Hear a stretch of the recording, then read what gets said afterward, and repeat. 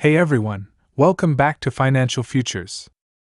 Today, we're diving into a topic that's causing a lot of stress for investors: what to do during a stock market crash. Recently, my uncle asked me a question that I think a lot of people have on their minds right now: should I sell everything in my retirement account because of all this market volatility? And just a few days ago, a friend of mine asked if he should dump his stocks in his brokerage account and sit in cash. So today, I'm going to walk you through exactly what I told them. We'll cover everything from retirement accounts to short-term speculation, and I'll share why panic selling is one of the worst moves you can make. Stick around, because I'll also be answering some of your questions from my last video, like whether now is the time to buy the dip. Let's get started. Let's start with the conversation I had with my uncle about his retirement account. He's in his late 50s, still working, and not planning to retire anytime soon. Like many others, he's nervous about the stock market, especially since a large portion of his 401k and IRA is invested in stocks. He asked me if he should rebalance his portfolio to reduce his exposure to stocks and move into something safer, like bonds. Here's what I told him: don't touch it. I know it's tempting to make changes when the market gets volatile, but the reality is, if you have a long investment horizon like 10, 20, or even 30 years, you're much better off riding out the downturns. The reason is simple: markets are cyclical. Yes, there will be crashes, but historically, markets recover and then go on to reach new highs. For example, during the 2008 financial crisis, the S&P 500 dropped by over 50%, but it recovered within a few years and has since gone on to set record highs. If you had panic sold during that crash, you would have missed out on those gains. For retirement accounts, especially those with a diversified mix of assets, the best strategy is to stay the course. Your retirement account isn't meant to be a day trading platform, it's a long-term investment vehicle. The ups and downs of the market are normal, and over time, they smooth out. In fact, trying to time the market by rebalancing too often can actually hurt your returns. Studies have shown that missing just a few of the best days in the market can significantly reduce your long-term gains. So I told my uncle, just leave it how you have it. Don't try to get fancy by timing the market with rebalancing. Your retirement account is built to weather these storms, and by sticking to your plan, you'll come out ahead in the long run. Now let's move on to the conversation I had with my friend about his brokerage account.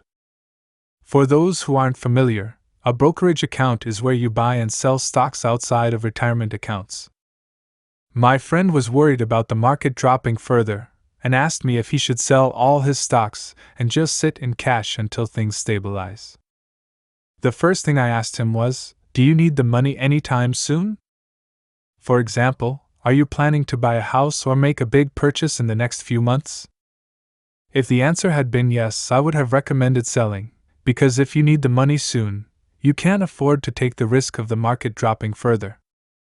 You don't want to be in a position where you're forced to sell your investments at a loss. But my friend told me he didn't need the money anytime soon, so I advised him to stay invested. I also asked him, are you investing or speculating? If you're investing in solid, long-term assets like index funds, ETFs, or blue-chip stocks, your best move is to stay the course. These investments are designed to grow over time, and trying to time the market by selling now and hoping to buy back in at a lower price is a risky game. However, if you're speculating, meaning you're taking on high-risk investments in the hopes of high rewards, then it's a different story. For the speculative part of his portfolio, I suggested he keep some cash on hand. That way, if the market does crash, he'll have the capital ready to buy high-quality stocks that may have been oversold. But again, for the bulk of his investments, the best advice is to hold steady and avoid making emotional decisions. Now let's tackle one of the most common questions I've been getting in the comments: is now the time to buy the dip? The answer isn't as straightforward as you might think. On one hand, buying during a downturn can be a smart move, because you're essentially getting stocks at a discount. But there's a catch. If you go all in right now, and the market drops another 10%, what are you going to do? You'll have no money left to take advantage of even lower prices, and you'll be kicking yourself for not waiting. This is why I don't recommend going all in, even if the market looks attractive. Instead, consider dollar cost averaging, which means investing a fixed amount of money at regular intervals, regardless of the market's performance. This strategy reduces the impact of volatility on your portfolio, and over time, it can lead to better returns. On the flip side, if you don't buy now and the market shoots back up, you might feel like you missed out. But remember, investing isn't about catching every wave, it's about building wealth over the long term. Short-term market movements are unpredictable, and trying to time them perfectly is nearly impossible. So, instead of stressing about whether now is the perfect time to buy, focus on your long-term investment strategy. Let's talk about why I'm confident the market will recover in the long run. It all boils down to financial asset inflation. The stock market, by design, is meant to go up over time. This doesn't mean that every investor will get rich, but it does mean that the overall market tends to rise because of how our financial system is structured. Here's an example. In the year 2000, the S&P 500 dropped by 50%, but it eventually recovered.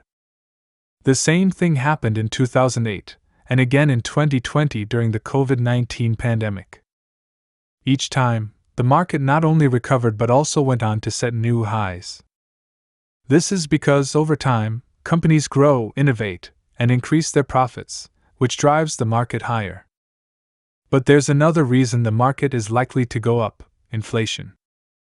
Inflation erodes the value of money, but it also increases the value of assets like stocks. This is why, even in a high inflation environment, stocks can continue to rise. In fact, inflation is often intentionally used by governments to reduce the real value of debt, which can actually boost the stock market in the long run. However, inflation isn't always a good thing. If it gets out of control, it can lead to economic instability. But in a controlled environment, it's one of the factors that can help push the market higher. This is why I believe that in the long run, the market will continue to rise, even if we experience short-term crashes along the way. So, what should you do if the market crashes? First and foremost, don't panic. Panic selling is one of the worst mistakes you can make as an investor. Instead, stay calm, stick to your investment plan, and remember that market crashes are part of the natural cycle. They're not something to be feared, they're something to be prepared for. Diversification is key. Make sure your portfolio is spread across different asset classes, so you're not overly exposed to any one risk. And if you're a long-term investor, consider using a dollar-cost averaging strategy to smooth out your returns and reduce the impact of volatility. Finally, if you're a speculator, crashes can be an opportunity. But only if you have the cash ready to take advantage of them. For the rest of us, the best approach is to stay the course, keep investing regularly, and avoid making emotional decisions based on short-term market movements. Thanks for watching. If you found this video helpful, please give it a thumbs up and consider subscribing to Financial Futures. I've got more content coming that I think you're going to find valuable, especially in these turbulent times. Remember, the stock market is a long game, and with the right strategy, you can come out on top. Take care, stay calm, and I'll see you in the next video.